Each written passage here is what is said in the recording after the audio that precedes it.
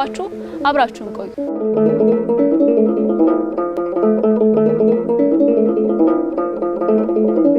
ናሁ ሀበ ሱታፌ መርሃ ግብር በጻይክሙ በዝንቱ መርሃ ግብር እናቀርብ ለክሙ አሐተ ጥያቄ ሐለወና ግዝ ሀ እምን ራብ ሀ በምንት ይትለለይ ዘይብል ጥያቄ ሐለወኒ ግዙ ሀ ከራቡሃ ሀ ሆ ሄ ሀ ሄ ሆ ብለን እንጠራና በእነዚህ በምንጠራቸው ፊደላት ውስጥ ግዙ ሀና ራቡሃ ሁለት ጊዜ ሀ እንጠራለን። በራቡ በግዙ ሀና በራቡሃ መካከል ያለው ልዩነት ምን ይመስላል የሚለውን እናንተንም ጠይቀናል። እንዲሁም ደግሞ ምን ጠይቃቸው ተሳታፊዎች አሉና እየተሳተፋችሁ አብራችሁን ቆይታ እንድታደርጉ ግብዣችን ነው።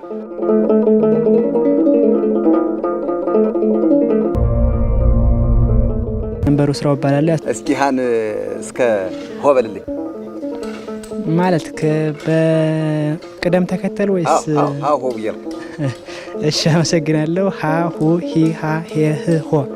እሺ አሁን ከጠራቸው ውስጥ የመጀመሪያው ግዕዝ ፊደል የምንለው ሀ ነው አይደል? አዎ። እሺ ከዛ ሆ እንላለን፣ ሂ እንላለን፣ ሀ እንላለን። እሺ በዚህኛው ግዕዙና በአራተኛውና በመጀመሪያው ፊደል መካከል ያለው የሀ ድምፅ ልዩነት ምንድን ነው? አሁን እኔንም ሀ ነው የምትለው? አዎ። ያንም ሀ ነው የምትለው? አዎ። የምናወጣው ድምፅ ተመሳሳይ ይመስለኛል፣ ግን የመጀመሪያው ግዕዝ ነው፣ ያኛው ራብ አራተኛ ፊደል ነው። አራተኛ ነው። አዎ። እና እኔ ድምፀ ልሳን አጻጻፉ ላይ እንኳን ብዙም ልዩነቱ ብዙም እኔ እስካሁን ማለት የሆነ ገባዬም አይቻል አቅም አላበር ቀበላለሁ። አካውንቲንግ እና ፋይናንስ ተማሪ ነኝ። የምጠይቅ ፊደል ነው። እሺ ዝግጁ ነኝ። አዎ ፊደሉ ላይ ጎበዝ ነኝ ብዬ አስባለሁ። እሺ መልካም። እስኪ ፊደልን ከሀ እስከ ሆ ብጥራልኝ። ሀ ሁ ሂ ሃ ሄ ህ ሆ። መልካም።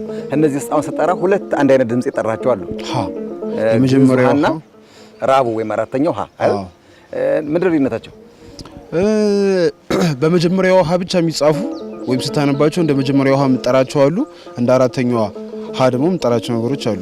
ለምሳሌ ሰጠኛለህ ወይም ልዩነታቸው? ሀብትን በመጀመሪያው ሀ ብቻ ነው መጻፍ የምንችለው። ሀ ሁ ሂ ሃ። ለምን በአራተኛው አንጽፈው? ሀሳብን ደግሞ በሁለቱም መጻፍ ትችላለህ። ለምሳሌ በሁለቱም ለምን ሀሳብ የሚለውን ቃል በዚህኛው ብትጽፈው ችግር የለውም። ለምን እሱ ነው እንጃ። መጀመሪያው ሀና የአራተኛው ሀ ልዩነቱ ምንድን ነው? አጻጻፍ አልፋቤቱ ቀለም ተከተላቸው። ይሄኛው አንደኛ ላይ ነው፣ ይሄኛው አራተኛ ላይ ነው። ግን ድምጻቸው ተመሳሰለ።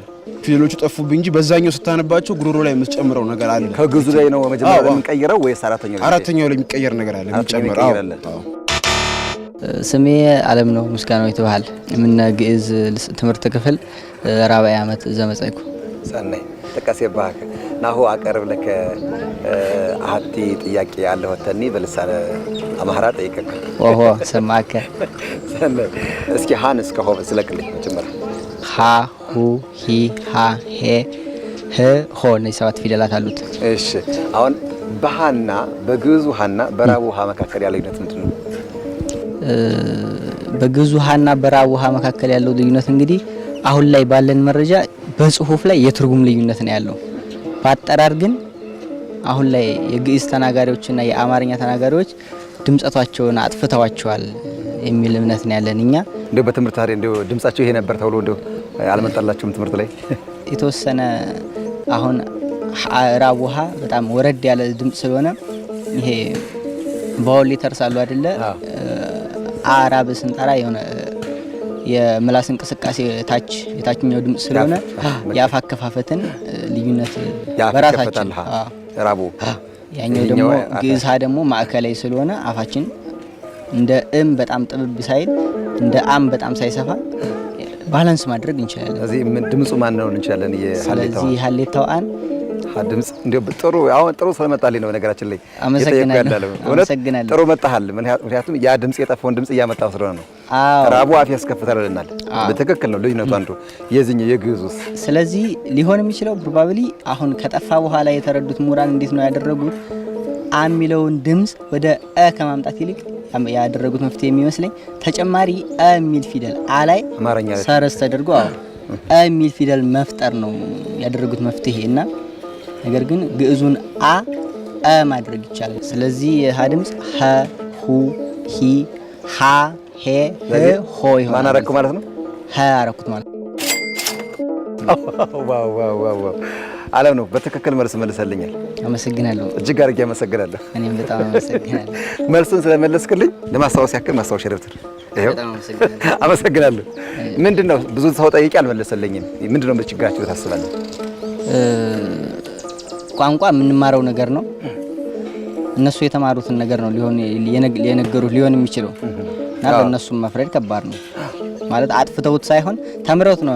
ሀ ያሉልህ ሰዎች ተምረውት ነው። ቋንቋ የምንማረው ነገር ነው። እነሱ የተማሩትን ነገር ነው የነገሩ እና በእነሱ ከየት ያመጡት?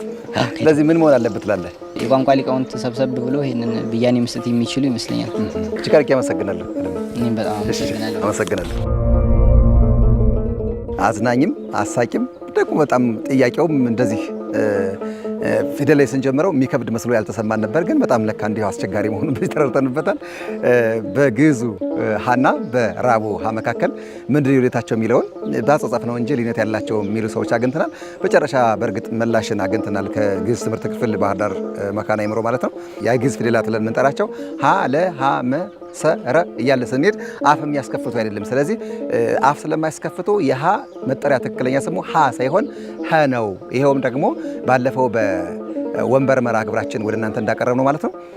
የሀ ድምፅ በተለይ ከ14ኛው ክፍለ ዘመን በኋላ ድምፁን ወደ አማርኛ ሲወስደው ከቅርጹን ከፊደል ወስደው ድምፁን ደግሞ ሀሌታው ሀ እንደወሰደ ይነገረታል። ስለዚህ ሀ ነው ድምፁ የሀሌታው ሀ የግዕዙ ፊደል ሀ ነው ማለት ነው። ስለዚህ የራቡንና የግዕዙን አንድ ላይ አድርገን ነበር የምንጠራው ማለት ነው። ስለዚህ መጠሪያ የግዕዙ ሀ ነው ማለት ነው።